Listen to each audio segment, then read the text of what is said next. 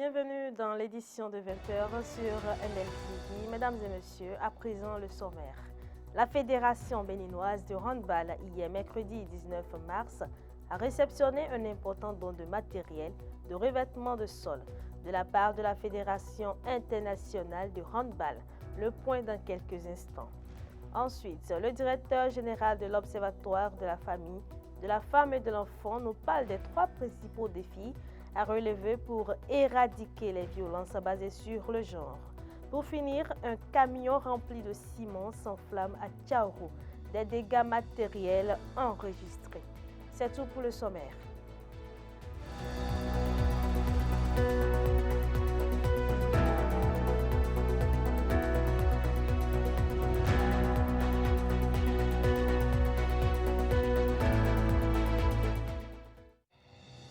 Chers internautes de MLTV, la lutte contre les violences basées sur le genre reste une préoccupation majeure au Bénin malgré les efforts consentis. Dans un entretien accordé à MLTV, le directeur général de l'Observatoire de la famille, de la femme et de l'enfant a énuméré les principaux défis à relever pour éradiquer les VBG. Écoutons ses propos. Pour éradiquer les violences basées sur le genre au Bénin, nous entrevoyons 3 défis principaux. Premièrement, la vulgarisation des textes existants. Parce que c'est bien qu'on dit que nul n'est censé ignorer la loi. Mais encore faut-il que l'on ait eu connaissance de la loi. Il faut qu'on puisse aller le faire dans les langues.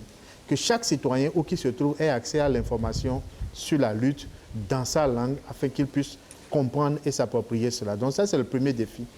Donc, il faut, comme second défi, appliquer les tests, réprimer correctement les auteurs de violences, mais communiquer sur la répression pour que cela ait valeur pédagogique et ait valeur dissuasive.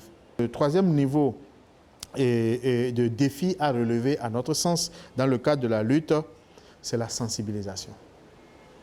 Il faut sensibiliser suffisamment.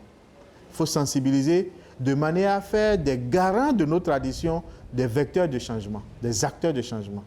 Identifier dans nos tests des éléments de langage qui vont nous amener à convaincre les garants de nos traditions, les dépositaires de nos traditions, qui deviendront donc des acteurs de changement et qui nous aideront désormais dans la lutte contre les violences basées sur le genre. Donc ce sont là les 3 défis que nous nous trouvons à relever dans le cadre de la lutte contre les violences basées sur le genre.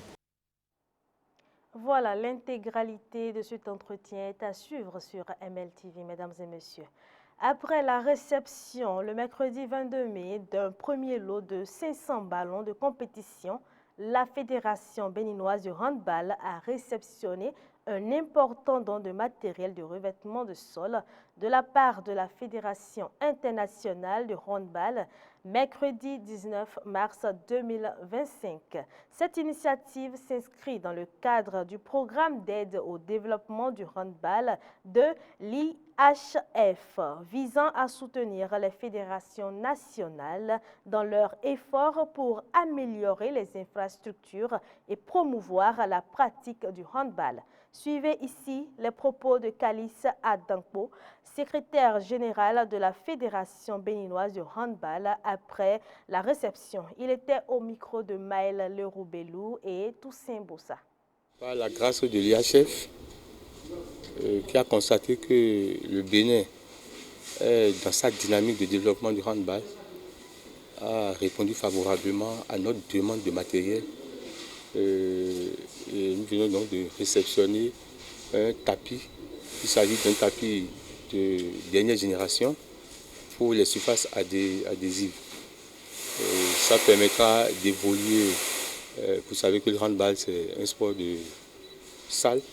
Ça permettra d'évoluer dans les meilleures conditions qu'au niveau des compétitions de haut niveau.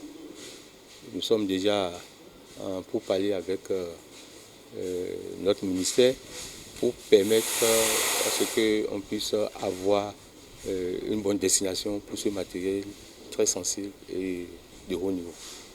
C'est le lieu de dire encore une fois merci à l'IHF et merci à la CAB qui ensemble essayent d'avoir l'oreille qu'il faut pour nous permettre de travailler dans de meilleures conditions. Un Un camion transportant de ciment en provenance de Cotonou a pris feu dans la nuit du mercredi 19 mars 2025 à la hauteur de Tchaoro. Les causes de l'incident restent inconnues, mais grâce à l'intervention rapide des sapeurs-pompiers, le feu a pu être maîtrisé. Des dégâts matériels enregistrés mais limités, aussi aucune perte en vies humaines. C'est tout. Nous sommes à la fin de ce journal. Mesdames et messieurs, merci de m'avoir suivi. N'oubliez pas de vous abonner sur notre chaîne MLTV pour ne rien rater de nos informations. D'ici là, portez-vous bien.